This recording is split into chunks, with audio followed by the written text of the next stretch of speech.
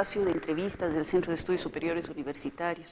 Hace ya varios números de cursos, programas de cursos, venimos discutiendo un tema que creemos que es fundamental para comprender lo que está pasando actualmente en la sociedad, y es el impacto de las redes cibernéticas, del mundo virtual, de esta era cibernética en la sociedad boliviana, en la sociedad regional, en las interacciones entre personas, etcétera.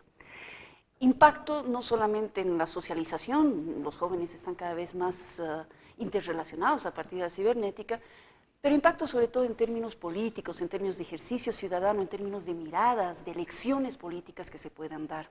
Al respecto hay dos grandes discusiones que actualmente están sobre el tapete, una de las grandes discusiones que están sobre el tapete, una de ellas que plantea que el Internet, como es manejado por corporaciones, como es en muchos casos intervenido por gobiernos, es una especie de imposición del sistema sobre el individuo, donde el individuo más bien se rige al sistema, se va ingresando, se va introduciendo a lo que plantean estas corporaciones y siguen las líneas y por lo tanto sus elecciones políticas, sus relaciones ciudadanas, etcétera, están marcados por esta invasión de las corporaciones sobre la vida privada. La otra, que es una mirada más optimista, tal vez, que plantea que no, que justamente las redes, el mundo cibernético, permite construir nuevas autonomías, construir nuevas soberanías, permite que el individuo más bien pueda cuestionar el sistema. Para hablar sobre este tema, sobre este gran debate que actualmente está sobre el tapete, hemos invitado a Daniel Cotillas, comunicador, experto en el tema, manejador de varias redes, para justamente conversar y ver cómo él ve el tema. Mil gracias por estar con nosotros, Daniel. Bienvenidos al set. Gracias, Alejandra. Un gusto estar aquí. Voy a empezar con una pregunta básica que les hago a todos los que empezamos a hablar sobre este tema. ¿Qué significa? ¿Cuál es el impacto de las redes en la sociedad? ¿Cómo estás viendo tú ese tema? Bueno, obviamente el impacto yo creo que lo estamos viviendo todos y todas, ¿no? O sea, en el sentido de no es una mera herramienta, ¿no?, que nos permite el cambiar la forma en que hacemos las cosas, sino la forma en que vivimos, la forma en que nos comunicamos. La comunicación es una de las cuestiones más esenciales del ser humano. Necesitamos comunicarnos, es algo que nos diferencia radicalmente, ¿no? Y en este caso Internet ha aparecido como toda una herramienta de construcción social que nos permite modificar la forma en que históricamente hemos construido sociedad, ¿no? Si vemos cómo se ha ido construyendo a lo largo de la historia de una forma centralizada, luego se logró descentralizar con el telégrafo, ¿no?, con el teléfono, determinadas, ¿no?, formas de comunicación, de repente pasamos a tener una herramienta que permite una distribución, lo cual tiene implicaciones políticas, económicas, ¿no?, y a nivel social ha implicado que de repente nos podemos conectar de una forma como mucho más abierta. Otra cosa es que lo estemos haciendo, ¿no? Claro. Ahora, tu estudio, bueno, tú eres español, tú has trabajado en Europa, has trabajado en diferentes lugares y hace ya 9 años creo que estás viviendo en Bolivia. ¿Qué diferencias ves sobre este impacto? ¿Hay alguna característica específica en el caso de Bolivia de cómo estamos viviendo el impacto de la era cibernética, o es más o menos sigue la tendencia latinoamericana, internacional, etcétera? Bueno, en cada contexto yo creo que es completamente diferente, ¿no? En el caso boliviano hay un hecho que no podemos obviar, que es la falta de conectividad en muchas de las zonas de Bolivia, en poblaciones donde todavía no llega esa conectividad, y menos todavía que sea una conectividad de calidad, ¿no? O sea, este tema siempre de demandar más y mejor Internet para Bolivia, obviamente es una demanda súper legítima, porque eso permite no solamente una posibilidad de conectividad entre las personas, sino también un desarrollo económico para las empresas, ¿no?, para todo, digamos, ¿no? Entonces, en este caso yo creo que aquí hay un tema que es la forma en que nos relacionamos en el mundo real, analógico, ¿no?, en el tú a tú, en el vernos, en la comunicación no verbal, es lo que extrapolamos muchas veces a las redes, ¿no? Yo siempre digo, cuando la gente dice, ¡ay, la comunicación virtual!, ¿no?, y yo ahí intento parar un poco, porque es como, virtual no es cuando uno está conectado a una computadora y habla con otro, es a través de un medio digital, porque hay personas las que están detrás. Claro. Entonces, en el caso boliviano yo creo que se está se está aprendiendo, como se está aprendiendo en todos los países y contextos, pero aquí yo creo que es una lógica más transfrontera, más transnacional, en el sentido que tendemos siempre a mirar de cerrarnos bajo esas líneas que vemos en el mapa, pero al final ha permitido como que haya realmente unos flujos que permitan un mayor entendimiento con personas que son de cualquier otro contexto, digamos, ¿no? Al fin y al cabo, tu nacionalidad es completamente anecdótica, como tu sexo, digamos, ¿no? O sea, son cosas que uno no puede elegir, pero en cambio a la hora de conectarnos, elegimos con quién queremos vernos. Entonces, claro, permite el hecho de encontrar personas que tienen esos mismos gustos que nosotros, que pueden ser muy diversos, muy extraños, y de repente nos permite estar hablando sobre una corriente de rock súper extraña con un japonés, o construir código para algo que queríamos hacer con un finlandés, o innumerables cosas, ¿no? Aquí has abordado varias cosas que a mí me interesan mucho en términos de tratar de comprender lo que está pasando. Uno, voy a ir rapidito, el tema de los datos. Tenemos una falta de conectividad, pero según los datos creo que 60% ya está conectado en Bolivia. ¿Cómo tú conoces algo de los datos? Claro, a través de smartphone, ¿no? Claro, que es la forma... Con datos. Entonces, claro, esa es una de las cuestiones que se plantea desde las empresas, incluso, bueno, a nivel, digamos, estatal, en plan de, no, el país está conectado. No es falso, o sea, es cierto que está conectado, pero cuando hablamos de una calidad de conexión para poder trabajar y poder desarrollar ideas, ¿no? O sea, si hablamos de innovación y hablamos de desarrollo desde perspectivas sociales, ¿no? No meramente económicas, estas falsas colaboraciones, ¿no? Que se está dando mucho, se discute mucho hoy en día, ¿no? Estas plataformas que son completamente de sesgo capitalista, etcétera. El punto es la diferencia entre esa posibilidad de estamos conectados, pero ¿de qué forma estamos conectados? Entonces, tenemos que reclamar, obviamente, la posibilidad de tener una amplitud de cómo nos conectamos, a través de qué dispositivos, qué accesibilidad tenemos en las aulas. Hemos visto cómo sí, ha habido programas que han repartido computadoras en las aulas, pero no tienen conectividad a Internet. Esas computadoras sin conectividad a Internet no funcionan. Claro. Hay que ser bien críticos de una forma propositiva, decir, bueno, no es la herramienta, ¿no? Eso es una cosa muy importante. No es la herramienta la que crea el desarrollo, es el uso que le vamos a dar. Es la forma de uso. Es la forma. Y tal vez ahí hay dos grandes problemas, y me interesa mucho lo que estás diciendo. Uno, ¿hasta qué punto en Bolivia, comparando con otras sociedades, somos más consumidores? Y en ese sentido, después vamos a hablar de soberanía y de autonomía. Estamos un poco sin poder tener los instrumentos para construir a partir de las redes eso. ¿Hasta qué punto somos más consumidores que productores? Y segundo, ¿hasta qué punto estamos capacitados? ¿Y cuál es la importancia que se le da a la capacitación para justamente transformar este instrumento, que puede ser un instrumento de construcción diferente de sociedad, a transformar esa construcción a una cuestión que es lo que se está haciendo, más de consumo, de uso, de recreación, etc.? Es muy interesante ese tema, Alejandra, porque el punto es...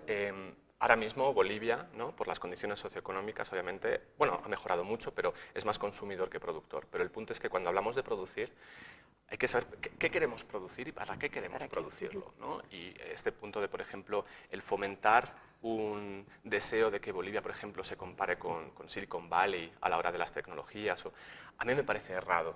¿Por qué? Porque no estamos sabiendo leer el contexto en el que estamos parados, dónde estamos viviendo, ¿no? Esto yo lo enlazaría a nivel de, por ejemplo, tecnologías que nos permiten un acceso al conocimiento, la eterna discusión de la piratería. Cierto, podemos decir como, obviamente, no podemos estar a favor de la piratería porque plantea un mal uso y un aprovechamiento, etc. Pero el punto aquí es que los creadores miran a su alrededor y dicen, bueno, prefiero muchas veces copiar un modelo que funciona en Estados Unidos o que funciona en el norte, digamos, ¿no? Sí. El norte general.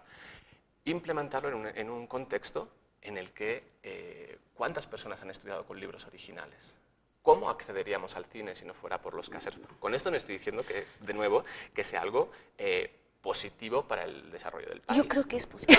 Por ahí yo tengo otra posición, claro, porque yo creo que es positivo. Es decir, la cantidad de información, acceso a textos, a discusiones, debates académicos que estás teniendo en otros lugares, es decir, ahora sí lo podemos hacer, antes no lo podíamos hacer. Entonces, para mí eso es un... Puedo estar de acuerdo contigo, obviamente. El punto es no que lo que me parecería muy positivo ahí es el entendimiento desde los creadores, artistas, académicos, investigadores, a entender cuál es el paradigma en el que nos ha metido política y socialmente Internet, que es el hecho de una distribución donde hay una ética en el compartir. Si partimos del paradigma de la cultura libre, donde plantea, mira, te permito acceder, pero me guardo algunos derechos, ¿no? Este tema de algunos derechos reservados.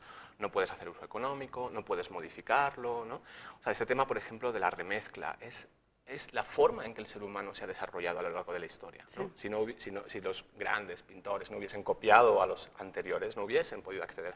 Cuando queremos estudiar y profundizar en nuestras investigaciones, leemos a los que han venido anteriormente, ¿no? Claro, es punto de partida. Claro, he llegado hasta donde estoy apoyado sobre hombros de gigantes, porque les leía, porque entonces el punto es que ahora mismo, si no existiese un acceso pirata al conocimiento, a la información, ¿no? Tampoco todo es que sea como... No habría una posibilidad de desarrollo. Entonces, el punto aquí es cómo hacemos que socialmente se entienda otra forma de construir y de crear, que me parece súper necesaria, ¿no? Claro que sí. Bueno, y eso supone unas herramientas. Pero antes de entrar a esto, que podría ser el uso de las... cómo hacer del Internet un instrumento para crear, para construir otro tipo de sociedad, otro tema que has abordado hace un ratito y que yo quisiera ver cómo lo vemos en el caso boliviano, es esto de, bueno, dos cosas, ruptura del contexto físico y virtual, que yo creo que es una característica básica del Internet y que nos ha hecho repensar en las ciencias sociales en esa dicotomía que existe entre público y privado, hasta qué punto existe esa dicotomía cuando hablamos del Internet.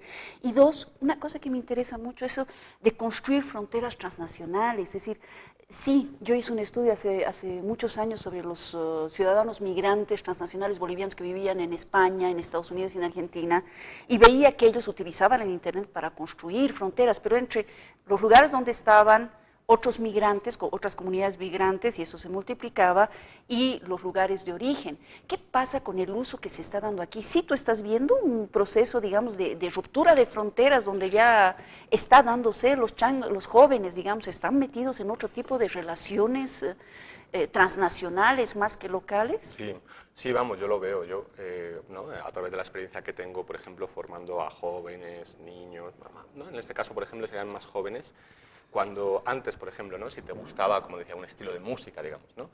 Tenías a tus amigos, ibas al mercado, le preguntabas a la casera, ¿no? Veías, pero hoy en día te puedes meter en, ¿no? En ese gran magma que es Internet y buscar, y encuentras gente que incluso puede que estés hablando con alguien que no sabes dónde está, claro. Pero ¿no? has accedido a un grupo de discusión, a una página que ha hecho cualquiera, a una red social, digamos, al uso, y te pones en contacto con esa persona. Es decir, se rompe automáticamente ese sentido de tener que saber dónde está la otra persona para poder comunicarme con ella. Entonces, por supuesto, ¿no? La respuesta sería sí, se está dando y se va a seguir dando muchísimo más, y yo creo que eso es muy rico, claro, porque al final estos jóvenes están creciendo con una perspectiva, a mí me parece... Yo vengo de un país y estoy en otro ahora mismo donde creo que se difunde muchas veces como ideas demasiado manidas sobre lecturas de la historia para promover ciertos odios o malentendidos, cuando podemos partir obviamente de decir, bueno, ¿y hoy qué hacemos? ¿No? Entonces yo creo que estos jóvenes cuando vayan creciendo van a decir, bueno, yo he crecido toda mi vida conectándome con gente de muchísimos sitios, ¿no? O sea, y eso es otra mirada al mundo, ¿no? Es una ciudadanía universal donde las fronteras nacionales es una creación histórica y política de cada país. Sí. Y me alegra mucho que digas que sí, los jóvenes, porque generalmente el uso que yo vi entre, sobre todo generaciones tal vez más adultas, es entre ellos, ¿no? Es decir, una comunidad bien cerrada donde se reproducen las discusiones, etcétera, ¿no? Y me parece muy interesante que entre los jóvenes esté empezando a haber este tipo de interrelación internacional. Pero ahí entra la otra pregunta, porque uno de los grandes problemas cuando hablamos de soberanía y de autonomía en las redes, y ese es el tema que tú trabajas mucho, es que la gran parte de las redes, la mayoría de las redes que usan los jóvenes, que usan las personas mayores, etcétera, pertenecen a corporaciones por un lado o están fuertemente influidas por los gobiernos. Ahora yo te hago una pregunta, es decir, ¿cuál es el peso en Bolivia? Primero voy a ver lo de las corporaciones en este sistema de relacionamiento más internacional que tal vez se está dando entre la gente que usa, usuarios bolivianos y en nuestro caso. Sí. Bueno, el peso es obsceno, ¿no? O sea, en el sentido de estamos, bueno, en Bolivia y en el mundo, ¿no? O sea, por decirte, justo hace 2 días, ayer creo, Slavoj Žižek, ¿no? Decía como, o sea, Facebook y Google son más peligrosos que una dictadura casi, ¿no? Así como, y estoy de acuerdo en esa exageración, porque al final lo que estamos haciendo ahí es permitiendo que, en este caso de empresas, ¿no? Corporativas con fines muy determinados, que tiene que ver con un beneficio económico, pero también sabemos que tienen intereses políticos, están construyendo la forma en que entendemos cómo es la vida. Por ejemplo, en este caso, la red, ¿no?, más utilizada comúnmente en Bolivia, el icono azul, nos plantea que podemos tener amigos o no tenerlos.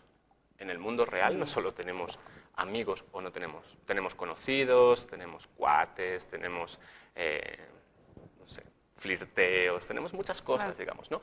Entonces, en este punto es, primero, que estamos permitiendo que nos digan socialmente cómo nos construimos, y luego que estamos permitiéndoles que nos digan cómo nos podemos relacionar con esas personas, pero más grave todavía es que permitimos que toda esa información que nosotros generamos, y no solamente es lo que escribimos, sino desde dónde, con quién, qué edad tengo yo, qué edad tiene la otra persona, dónde está, dónde se ha movido, esa información pueda ser vigilada, ¿no?, en plan, mirada, controlada, y que pase a poder entender entonces, cómo es esta sociedad, digamos, ¿no?, y cómo se mueve. Ya se están haciendo estudios para saber, en plan, entender psicológicamente y socialmente cuándo podría haber algún desfase social, ¿no?, algún estallido revolucionario en otros países, ¿no?, etcétera.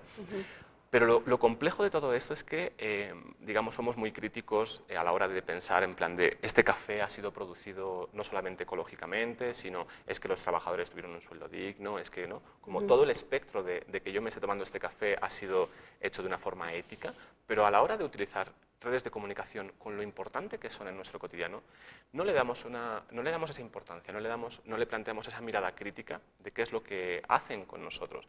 Entonces, claro, las herramientas que utilizamos para construirnos son tanto más soberanas cuanto más tenemos la capacidad de decidir colectivamente cómo queremos que sean construidas, ¿no? Y luego sería también como soy más autónomo a la hora de decidir cuando el hecho de que yo quiera que algo cambie puede verse reflejado, ¿no? O sea, mucha gente dice, bueno, no, Facebook, por ejemplo, te dicen, no, o cualquier otro tipo de red es gratuito. Nunca es gratuito. Lo que pasa es que estás pagando con una cosa muy valiosa, más que tu dinero, que son tus datos, que es tu información, pero que además es tu forma de entender la conectividad social, la forma en que yo me relaciono con mi familia, con mis amigos, etcétera, ¿no? Entonces es gravísimo ese aspecto, ¿no? Ahorita vamos a hablar de un tema que tú lo has mencionado, que es soberanía, que me parece fundamental, y la construcción colectiva de esta soberanía, la capacidad de decidir sobre la soberanía. Pero, a ver, te voy a simplemente un poco provocar en esto que tú estás planteando. Es cierto, ¿no? Es decir, hay unas corporaciones, a mí me impresiona porque como yo voy buscando algunas páginas en Google, voy buscando algunas cosas en Google Académico, al tiro cuando abro mi internet, al tiro aparecen, se sugiere esta página, se sugiere esta página, se sugiere, o en el mismo Facebook se sugiere esto, porque obviamente están controlando lo que yo hago. Pero también, y quiero ver tu posición, tú que conoces muy bien este tema más técnico de redes, también es cierto que yo he visto a partir de las redes críticas al Facebook, críticas al Google, generarse discusiones y debates sobre la soberanía y sobre la capacidad de decisión, sobre información, cómo nos podemos informar para manejar de otra manera, desde el mismo Facebook, desde el mismo Google, desde el mismo WhatsApp, con los memes, por ejemplo, que a mí me parecen geniales, que es una forma provocativa muy, muy interesante de mover a la gente para reflexionar sobre lo que está haciendo. Entonces es cierto, es decir, hay una decisión desde arriba sobre la gente, una imposición, pero también ¿no crees que se abren algunas brechas para que la gente pueda debatir y lanzar el debate y que es multiplicador? Porque la gente está en Facebook, ¿no? No, no lo creo. ¿No crees? No, porque creo, o sea, esa es una de las falacias capitalistas que han existido siempre, digamos, ¿no? O sea, el sistema capitalista siempre te va a permitir un hueco dentro de su mismo sistema para tener un simulacro de crítica. En este sentido, incluso, se les está haciendo un favor a la hora de criticarlos dentro de sus plataformas porque les sirve todavía para investigar y estudiar más cómo estás construido tú socialmente en ese caso, ¿no? ¿Cuál es en este caso, ¿no?, como lo plantea, sería, ¿cuál es el daño que se está haciendo, digamos, a que eso esté ocurriendo, ¿no? ¿Cuál es realmente la posibilidad de que eso vire a una concienciación social para migrar a plataformas libres? No hay, ¿no? Porque al final acaba siendo, como te digo, un simulacro en el cual tú sientes que estás criticando ese sistema, pero tienes que estar en ese sistema para poder seguir criticándolo y como que te sientes en plan de, bueno, estoy Pero hay muchos rompiendo. movimientos sociales que han surgido de estas No, redes. no, eso indudablemente, ¿no? Ese sería otro tema, digamos, ¿no? O sea, es como que estamos hablando más de una especie de el metauso, digamos, de la plataforma, que hay movimientos sociales que se han organizado y se organizan, ¿no? Desde ahí, pero el riesgo de construcción social que tiene que nos construyamos a través de estas plataformas es enorme. Hablaba, por ejemplo, con un activista tunecino muy interesante, ¿no? Tiene incluso como espacios con computadoras para que los jóvenes se conecten, ¿no? Y me contaba pues todo lo que ha ocurrido en estos últimos años en Túnez, etcétera. Y yo le preguntaba, ¿y cómo se organizan? Y me decía, no, a través de Facebook, solo, ¿no? Y le digo, pero ¿cómo así? O sea, ¿y si de repente se corta, ¿no? Lo corta el gobierno, etcétera? Eso no va a ocurrir, me decía. O sea, le estamos dando una confianza a una empresa privada con unos poderes que nunca, digamos, en la historia se había permitido de tal manera, ¿no? Entonces creo que tiene mucho que ver con la forma en cómo queremos, cómo realmente queremos construir, no es como decimos, porque una cosa es el discurso, otra cosa es la práctica. Entonces el punto es como, está muy bien que permita a colectivos, ¿no? Y a movimientos sociales organizarse, lo estamos viendo, aquí ahora mismo en Cochabamba hay muchísimo movimiento por un tema medioambiental que es muy bello, como el y no obviamente, a la tala, sí. ¿no? Pero el punto es, bueno, es como habría que analizarlo como muy detenidamente. ¿Qué pasa si de repente no podrían, digamos? Claro. O si no te permite ciertas cosas. Creas otras páginas. Y ahí, porque se nos está acabando el tiempo, Sí. lastimosamente, hay mucho que hablar sobre este tema. Y ahí me interesa pasar rápidamente este tema. Entonces, ¿cómo construir, cómo hacer de las redes un espacio para cambiar la sociedad, para construir una soberanía, una autonomía, una sociedad distinta? Yo ahí diría, o sea, construyéndolo con nuestras propias herramientas, y con eso me refiero a construirlo con una forma de codificación, ¿no? O sea, de cómo funciona por dentro, que no espíe, que no use nuestros datos, que no nos diga ya directamente cómo tiene que ser construido, sino que lo podamos hacer socialmente a través de software libre, que implica que hay una fiscalización ciudadana y pública sobre qué es lo que hace esa plataforma con tu información, desde un hecho de no solamente juntarnos socialmente para ver qué cambiar y acabar usando ese tipo de herramientas, ¿no? Aquí hay un tema de, hay un lema cyberpunk, ¿no? Que dice, no podemos deconstruir la casa del amo con las herramientas del amo. Es también como muy Sí, así, ¿no? ¿no? Pero es Pero muy es bonito, interesante, claro, pero es muy porque cierto, digamos, ¿no? O sea, este punto de decidamos, es muy importante el ámbito digital, cada vez es más.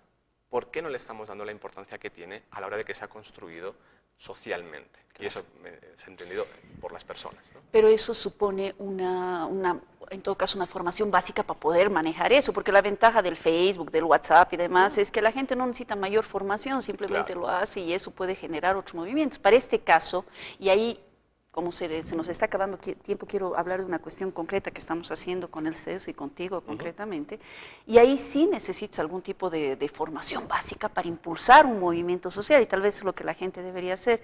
Y me refiero a lo que estamos tratando de hacer como una forma justamente de construir colectivamente una cosa. Bueno, mucha gente sabe que en el CESO estamos lanzando el Diplomado de Nuevas Tecnologías para la investigación social, y en el marco de ese programa tú estás armando una comunidad de software libre para crear una conciencia sobre la importancia que tiene el intercambio, los conocimientos en Internet, y para la necesidad de crear desde las redes otra forma de ver la sociedad y otra forma de construcción social. Cuéntanos un poquito sobre eso para ya ir cerrando el programa. Pues es muy interesante cómo lo planteas, porque por un lado esta plataforma, ¿no?, que estamos creando, la idea es que permita justamente a las personas conectarse para compartir. Algo que en la academia yo creo que hay que ya hackear en términos, ¿no? En plan de, oye, ¿qué estás investigando? No, claro, o sea, pero, bueno, hackear es más interesante, ¿no? En el sentido de, ¿qué estás investigando? Leer al otro, trabajar entre pares. Y entre pares no significa entre colegas de tu rubro académico, ¿no? Entonces, el hecho de tener esta plataforma que nos permita, ya no solamente en Cochabamba, porque esto es lo bonito de Internet, esto surge desde Cochabamba, desde Bolivia, esa preposición es súper importante, no para.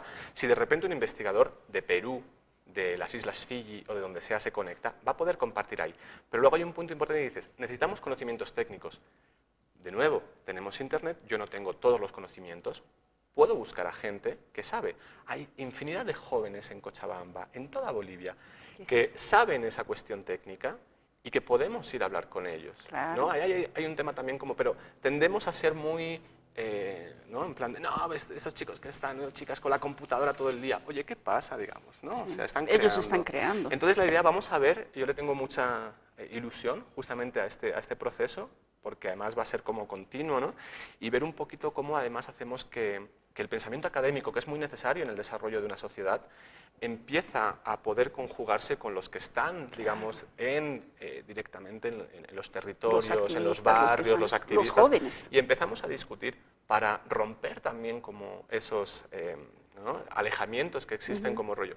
No te entiendo, no sé qué me estás diciendo, no sé por qué hablas citando a 50 autores antes de hablarme. Y al mismo tiempo también desde estos territorios entender que ese trabajo es súper necesario para ayudarnos a construirnos humanamente, ¿no? Exacto. Bueno, y eso es lo que estás armando y vamos a impulsar y los vamos a invitar a visitar. Desgraciadamente, Daniel, se nos ha acabado el tiempo. Mil gracias por acompañarnos en el set y vamos a volver a hablar sobre estos temas que son apasionantes. Y mil gracias a ustedes por acompañarnos.